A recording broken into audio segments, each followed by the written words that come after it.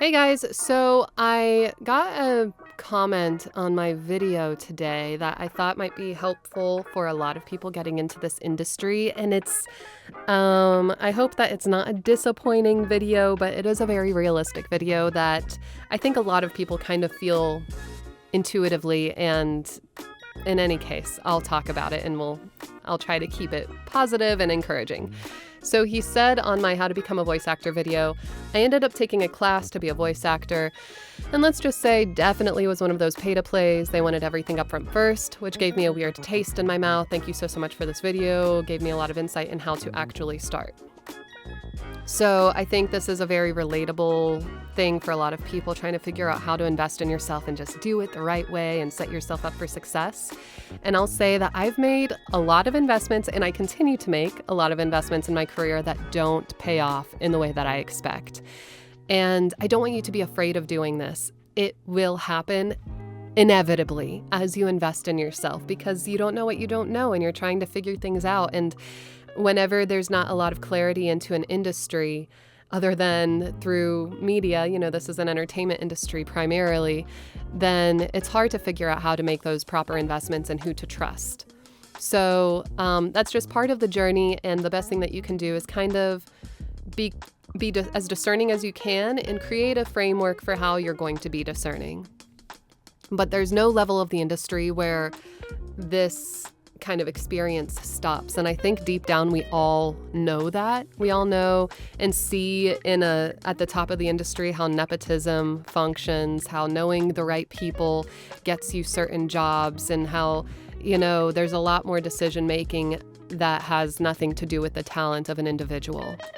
And instead of letting this discourage me, I find that it really empowers me, because I find that there really is no right or wrong way to do things, and despite what industry professionals will try to tell you, and that you might find yourself in situations where people try to make you feel like you're unqualified, or like there's something that you don't know, or something that you should have done differently. But in reality, the further up you go in the industry, in terms of like closer to Hollywood, further up, because that's where everyone assumes the higher paying jobs are, the more you realize that you really have no control over whether or not you book that gig. The only thing that you can do is your best.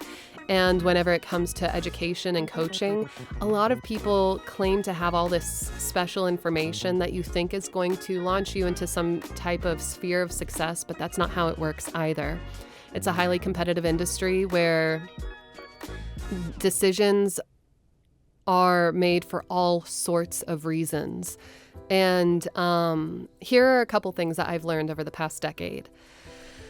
Everyone has nothing but an opinion to share with you, and seldom do they agree.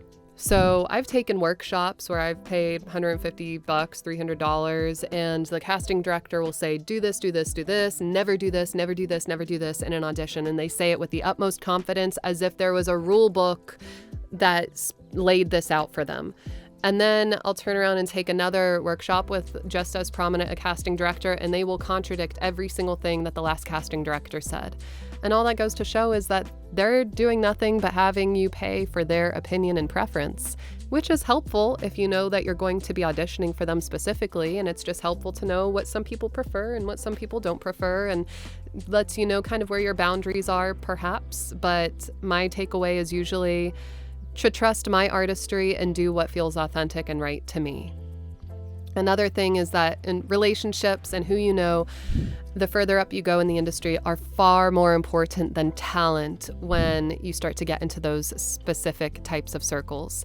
I've learned that after taking a couple workshops with Disney casting directors and things like that who are casting for TV, Nickelodeon, all of those, that they're listening to like 1,500 auditions per role that they're sending out. And then you wonder, how do they discern and how do they whittle that down whenever everyone is reading the same 8 lines? How are they making those decisions?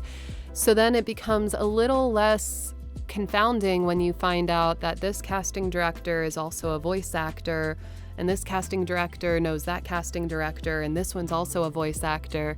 And maybe it's not so much a coincidence that they tend to hire each other for roles, or perhaps this person paid for a whole year of coaching with this casting director, And now that person might book more roles, but there's a lot of decision making that really has absolutely nothing to do with the talent portion of it. And that's just the way that it works. And it's hard to be hard on them, because if it was you choosing between 1,500 auditions, how would you go about it yourself? It kind of starts to give you a perspective there that there really is no right or wrong way. When you send in an audition, you didn't necessarily do anything wrong. The best you can do is the best you can do. And to be a little bit easier on yourself whenever it comes to those types of things. Another thing, which is, I think, the best thing that I've learned, is that there is plenty of work out there for you to build an entire voiceover career that is thriving and gives you all the freedom and creativity you want, that has absolutely nothing to do with agents, managers, directors, or producers.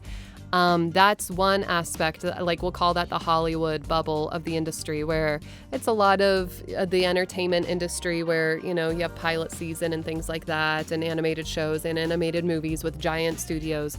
But there's a whole world of the industry outside of that exists that people do just fine in. And that's my favorite aspect of the industry. Building my own clientele base that feels solid. I know all of them personally. We know how we like to work together, and feeling like I have control over that and control over my marketing, as opposed to constantly being in that audition circuit where 99.9% of the time you're not going to book because only one person gets the gig and thousands are auditioning. So I think all of that leads up to, you don't need anyone's permission to do this. You don't need to go to school. You don't need to get a certificate to feel qualified. If you're investing in your education, I think it's a much better place to stand to know exactly what it is you're trying to learn, what questions you have and that you want answered, and take control over your education in that way, as opposed to the more familiar way that we've all been taught through our education system of take this generalized overview course. Especially in this industry, I say get specific about what you want to know, what you want to practice, and that will help you find the right person to teach you. And if you're doing education for any other reason than your own specific goals, don't feel the intimidation of the industry to feel like you need something to qualify you for this industry.